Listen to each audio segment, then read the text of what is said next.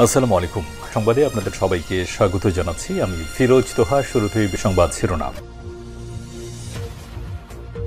পুরোদমে Israel Iran Hezbollah যুদ্ধ চলছে, জানিয়ে দিব আমাদের হাতে থাকা সর্বশেষ গুরুত্বপূর্ণ আপডেট। আন্তর্জাতিক সংবাদ শুরুতেই জানিয়ে দিব মানসিক ট্রমায় ইসরায়েলি সেনাদের আত্মহত্যা। ফিলিস্তিনের গাজা উপত্যকায় ইসরায়েলি সেনাদের আক্রমণ, নিষ্ঠুরতা ও মানবতা বিরোধী অপরাধের 1 বছর পরেও যা ঘটেছে তা মানব ইতিহাসের এক অন্ধকার অধ্যায় হয়ে থাকবে। এরপর জানিয়ে দিব আইসিসির গ্রেপ্তারি পরোয়ানা, কি ঘটবে নেতানিয়াহু গ্লান্টের ভাগ্যে। যুদ্ধ অপরাধ ও মানবতা বিরোধী অপরাধের অভিযোগে ইসরায়েলের প্রধানমন্ত্রী বেঞ্জামিন নেতানিয়াহু এবং তার সাবেক প্রতিরক্ষা মন্ত্রী ইয়োব গ্যালান্টের বিরুদ্ধে গ্রেপ্তারি পরোয়ানা জারি করেছেন আন্তর্জাতিক অপরাধ আদালত আইসিসি। একই আদেশ জারি করেন ফিলিস্তিনি স্বাধীনতাকামী সংগঠন হামাসের নেতা মোহাম্মদ দেইফের বিরুদ্ধে। এদিকে জর্ডানে ইসরায়েলি দূতাবাসের কাছে গুলি, বন্দুকধারী নিহত। জর্ডানে ইসরায়েলি দূতাবাসের কাছে গোলাগুলি হয়েছে। এ সময় এক বন্দুকধারী নিহত এবং 3 পুলিশ সদস্য আহত হয়েছে। একটি নিরাপত্তা সূত্র এবং রাষ্ট্রীয় মিডিয়া রোববার এই তথ্য জানিয়েছে।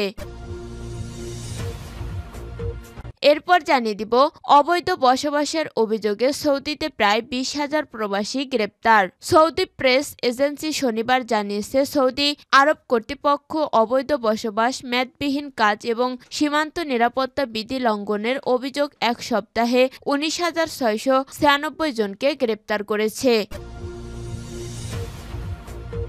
এবং সর্বশেষ জানিয়ে দিব ইমরান খানের দলের আজ বড় ধরনের বিক্ষোভের প্রস্তুতি। পাকিস্তানের সাবেক প্রধানমন্ত্রী কারাবন্দী ইমরান খানের মুক্তির দাবিতে আজ রোববার বড় ধরনের বিক্ষোভ সমাবেশের প্রস্তুতি নিচ্ছে পাকিস্তানি তেহরিক-ই-ইনসাফ পিটিআই। বিক্ষোভ দমনে সরকারের বক্তব্য আর আইন শৃঙ্খলা রক্ষা বাহিনীর তৎপরতায় সতর্ক অবস্থায় থাকা দলটি এরই মধ্যে ব্যাপক প্রস্তুত নিয়েছে। বিক্ষোভ দমনে পাকিস্তান সরকার ব্যাপক প্রস্তুতি শুরু করেছে। গণমাধ্যমগুলো বলেছে, বিক্ষোভের দিন ইসলামাবাদ শহর পুরোপুরি বন্ধ করে দেওয়া হবে। প্রিয় দর্শক, এতক্ষণ শুনছিলেন সংবাদ শিরোনাম, এরপর বিস্তারিত।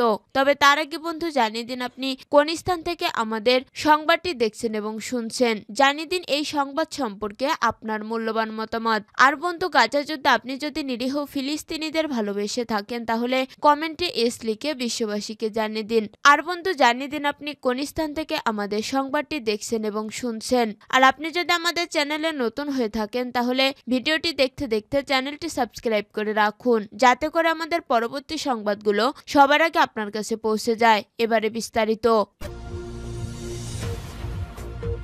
মানসিক ট্রমায় ইসরায়েলি সেনাদের আত্মহত্যা। ফিলিস্তিনের গাজা উপত্যকায় ইসরায়েলি সেনাদের আক্রমণ, নিষ্ঠুরতা ও মানবতা বিরোধী অপরাধের 1 বছর পরেও যা ঘটেছে তা মানব ইতিহাসের এক অন্ধকার অধ্যায় হয়ে থাকবে। একদিকে গাজার হাজার হাজার বেসামরিক মানুষ তাদের জীবন হারাচ্ছে, অন্যদিকে যুদ্ধের চাপের তলায় ইসরায়েলি সেনাদের মধ্যে ভয়াবহ মানসিক সংকট তৈরি হয়েছে। ইসরায়েলি সেনাদের গাজায় প্রতিদিনের বোমা বর্ষণ এবং আক্রমণ মানুষের জীবন কেড়ে নিচ্ছে, কিন্তু একদিন এই আক্রমণের প্রতিক্রিয়া ফিরে আসবে তা এই মুহূর্তে শুরু হয়েছে। মানসিক ট্রমায় এখন আত্মহত্যা করেছেন ইসরায়েলি সেনারা, নিজের জীবন শেষ করে দিচ্ছে। এদিকে গাজায় ইসরায়েলি সেনাদের হামলায় নিহতের সংখ্যা 44,000 ছাড়িয়েছে। বৃহস্পতিবার 21শে নভেম্বর এক বিবৃতিতে এই তথ্য জানিয়েছে গাজার স্বাস্থ্য মন্ত্রণালয়। জাতিসংঘের হিসাব অনুযায়ী এই আক্রমণ শুধু শারীরিক মৃত্যুই ঘটাচ্ছে না, বরং মানুষের মানসিক স্বাস্থ্য ভয়াবহ ক্ষতি দিচ্ছে। শহরের প্রতিটি কোণে ধ্বংসস্তূপ, মৃতদেহ, ধ্বংস হয়ে যাওয়া ঘরবাড়ি এবং ছোট শিশুর কাঁধে চাপা পড়া বস্ত্র সবকিছুই গাজার মানুষের অমানবিক পরিস্থিতি বর্ণনা করেছে। ইসরায়েলের কাছে গাজার জনগণের জীবন, মানবতা কিংবা ন্যায় বিচারের কোনো মূল্য নেই। গাজার অবস্থা যখন আরো শোচনীয় হচ্ছে, তখন ইসরায়েলি সেনাবাহিনীতেও অস্বাভাবিক ঘটনা ঘটছে। সাম্প্রতিক মাসগুলোতে অন্তত 6 ইসরায়েলি সেনা সেনা আত্মহত্যা করেছেন। খবর আল জাজিরা। যুদ্ধের তীব্র মানসিক চাপ, নিহত সহযোদ্ধাদের স্মৃতি, অপরাধবোধ এসব মিলিয়ে তারা মানসিকভাবে ভেঙে পড়ছেন। সেনাবাহিনীর 1/3 সেনা পোস্ট ট্রমাটিক স্ট্রেস ডিসঅর্ডারের PTSD ভুগছেন। যুদ্ধের বিভীষিকা তাদের মানসিক স্বাস্থ্যকে মারাত্মকভাবে আঘাত করেছে। এদিকে গাজার এই 1 বছরের যুদ্ধ শুধু গাজার মানুষের জন্য কষ্টকর নয়, এটি ইসরায়েলি বাহিনীর জন্য মানসিক বিপর্যয়ের কারণ হয়ে দাঁড়িয়েছে। শারীরিক মৃত্যু যেমন হতে পারে, তেমনি মানসিক মৃত্যু একটি প্রজন্মের ভিতর উকি দিচ্ছে আত্মহত্যার মতো ভয়াবহ পরিণতি। গাজার উপর আক্রমণের দীর্ঘ সময় ইসরায়েলি বাহিনীর মধ্যে তৈরি করেছে গভীর মানসিক ট্রমা। এই পরিস্থিতি প্রকৃতির প্রতিশোধের ভয়াবহ রূপ হতে পারে, যেখানে সহিংসতা শুধু এক পক্ষকে নয়, পুরো মানব জাতিকেই আঘাত করছে। আইসিসির গ্রেপ্তারি পরোয়ানা, কি ঘটবে নেতানিয়াহু গ্যালান্টের ভাগ্যে? যুদ্ধ অপরাধ ও মানবতা বিরোধী অপরাধের অভিযোগে ইসরায়েলের প্রধানমন্ত্রী বেঞ্জামিন নেতানিয়াহু এবং তার সাবেক প্রতিরক্ষা মন্ত্রী ইয়োব গ্যালান্টের বিরুদ্ধে গ্রেপ্তারি পরোয়ানায় জারি করেছেন আন্তর্জাতিক অপরাধ আদালত ICC। একই আদেশ জারি করেন ফিলিস্তিনি স্বাধীনতাকামী সংগঠন হামাসের নেতা মোহাম্মদ দেইফের বিরুদ্ধেও। গাজায় ইসরায়েলি আগ্রাসনের মধ্যে এই প্রথম আন্তর্জাতিক আদালত নেতানিয়াহু বা কোনো ইসরায়েলি কর্মকর্তার বিরুদ্ধে পরোয়ানা জারি করলেন। বৃহস্পতিবার ICC এক বিবৃতিতে জানান, ইসরায়েলে গত বছরের 7 অক্টোবর হামাসের হামলা এবং এর জের ধরে গাজায় দেশটির গণহত্যামূলক যুদ্ধ শুরুর ঘটনায় নেতানিয়াহু, গ্যালান্ট ও হামাসের নেতার বিরুদ্ধে অভিযোগ আনা হয়েছে। এর মধ্যে মোহাম্মদ দেইফকে গত জুলাইয়ে হত্যা করার দাবি করেছে ইসরায়েল, তবে তিনি বেঁচে আছেন কিনা সেটা স্পষ্ট নয়। এই 3 জন এখন থেকে আন্তর্জাতিকভাবে তালিকাভুক্ত গ্রেপ্তারি পরোয়ানার আসামি বলে গণ্য হবে এবং তাদের গ্রেপ্তার করতে ICC-ভুক্ত দেশগুলোর আইনি বাধ্যবাধকতা থাকবে। তবে ICC-র এমন আদেশকে ইহুদি বিদ্বেষ বলে নিন্দা জানিয়েছে ইসরায়েলি কর্মকর্তারা। নেতানিয়াহু ও গ্যালান্টের বিরুদ্ধে অভিযোগে ICC বলেন, অন্তত গত বছরের 7 অক্টোবর থেকে 2024 সালের মে পর্যন্ত মানবতা বিরোধী ও যুদ্ধ অপরাধে জড়িত থাকার অভিযোগে নেতানিয়াহু ও গ্যালান্টের বিরুদ্ধে গ্রেপ্তারি পরোয়ানা জারি করেছেন তারা।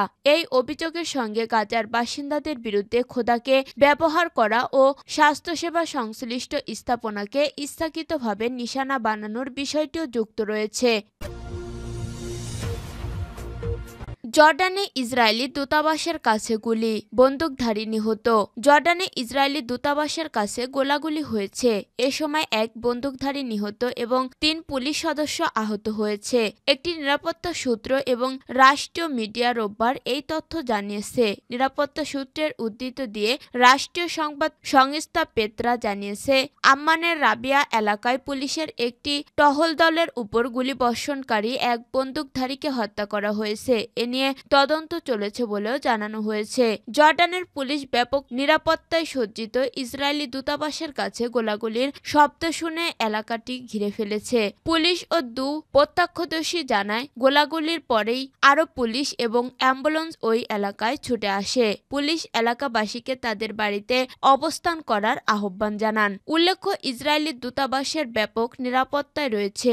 ইসরায়েলি ফিলিস্তিনি নীতির প্রতিবাদে এখানে প্রায় বিক্ষোভ হয়ে থাকে। গত মার্চেও জর্ডানি বাহিনী এবং বিক্ষোভকারীদের মধ্যে সংঘর্ষ হয়। এ সময় অনেক বিক্ষোভকারী ফিলিস্তিনি প্রতিরোধ আন্দোলন হামাসের পক্ষে স্লোগান দেয়। অনেকে বলে, হামাস জর্ডানের সব লোক তোমাদের পক্ষে আছে। এই সংঘর্ষের পর মুসলিম ব্রাদারহুডের বেশ কয়েকজন অ্যাক্টিভিস্টকে গ্রেপ্তার করা হয়। এদের মধ্যে IAF এর মুয়াতাজ আল হেরত ও হামজা আল শাগনুবিও রয়েছেন।